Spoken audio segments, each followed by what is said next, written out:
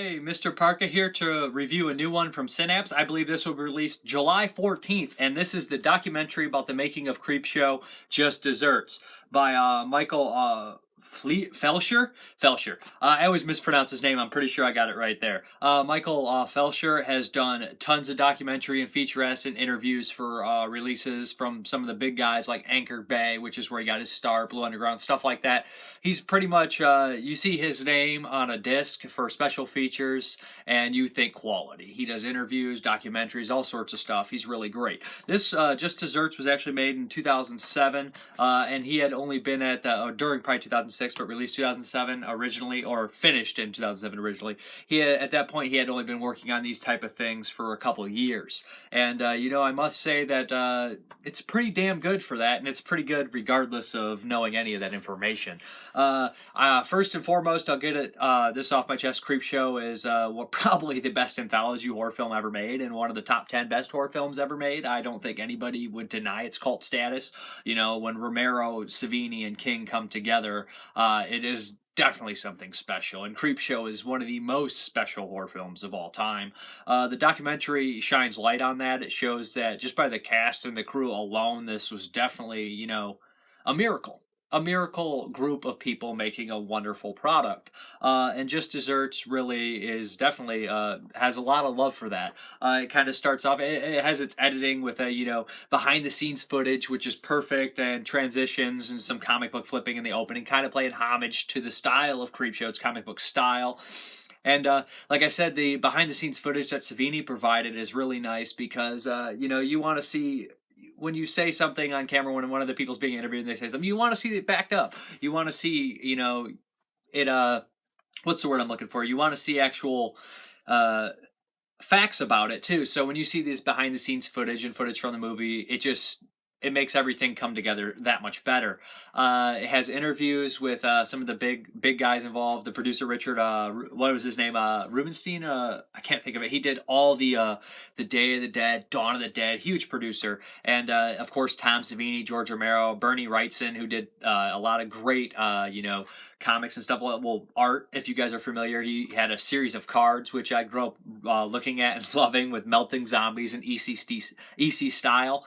And EC comic style. But yeah, there's a lot of people interviewed on here, actors: Ed Harris, Tom Atkins, Adrienne Barbeau, which is really awesome. Unfortunately, Stephen King's not in the doc, and the director, obviously, during the commentary, he lets everybody know he's just as disappointed, if not more, than you guys. So, you got to forgive him. Obviously, they reached out to as many people as they could get, and this release shows. It's divided into chapters, and they go into different chapters, showing how it was made, and go into the Monster Man, how Savini really wanted to do kind of monsters over splatter, and he grew up, loving makeup and things like that, which is always great to see. And the monsters in this movie are top notch. I think everybody loves monsters. If not, I think you're the one who's crazy. But yeah, all the chapters are divided, and they go through the making of and all the stories and the actors involved, and everybody has their great anecdotes, which are really funny and nice, and you just think, man, I could watch these guys talk all day because they're so interesting and intelligent. The places are shot great, all the interviews look good, the backgrounds are nice, and they went into meticulous detail to make them that way, as you learn through the commentary.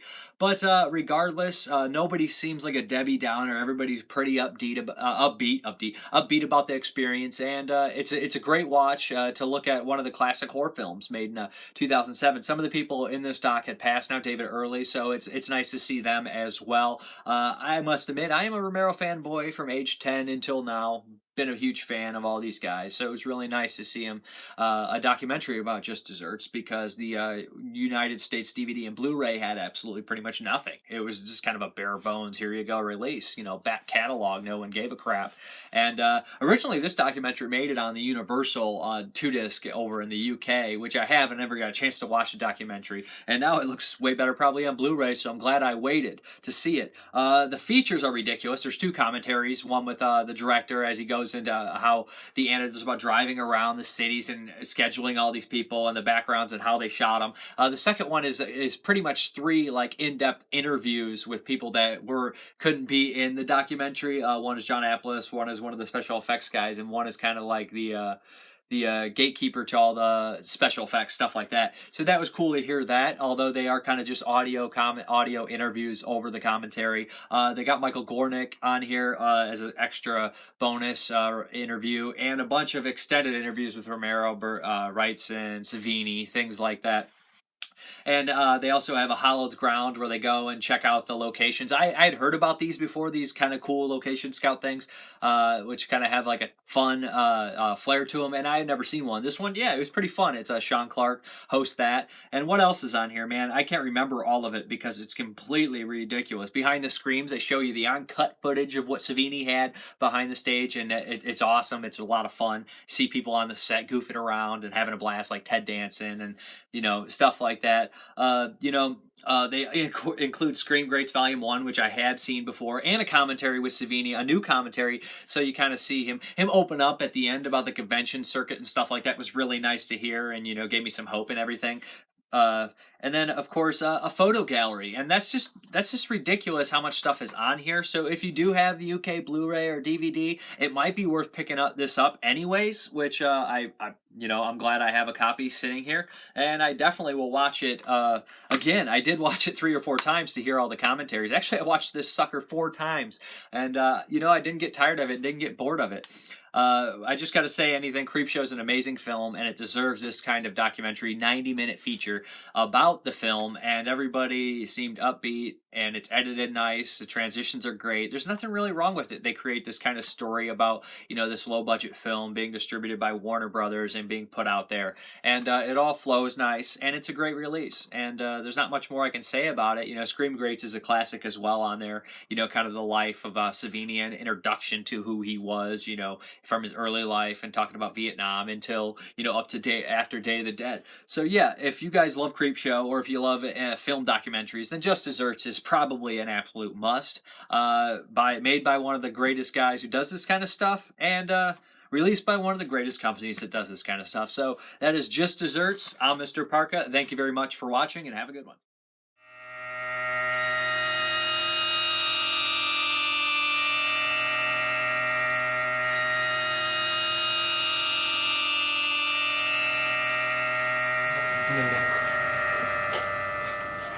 I was never in the same room with those cockroaches. I did all the effects involving the roaches, but I was never in the same room.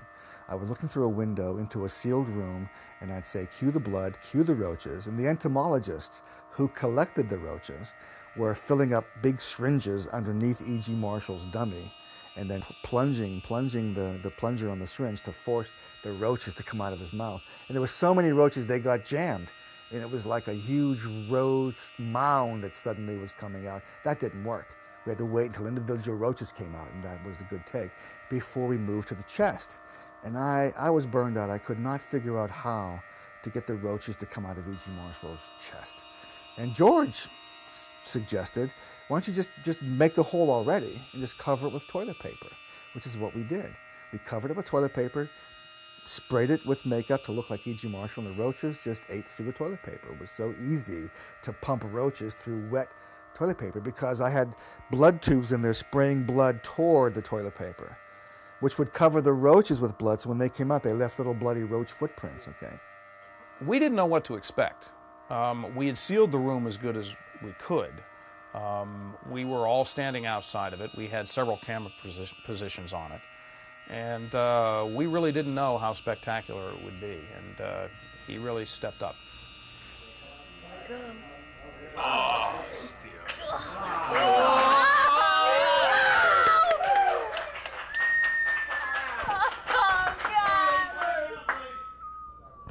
that's wonderful. Camera's rolling. It was amazing, and I'm sure we were obliged to exterminate these roaches at the end because they were imported. They were illegal aliens. So we were obliged to exterminate them, but I'm sure that when we wrap the show that there's still roaches crawling around Monroeville somewhere.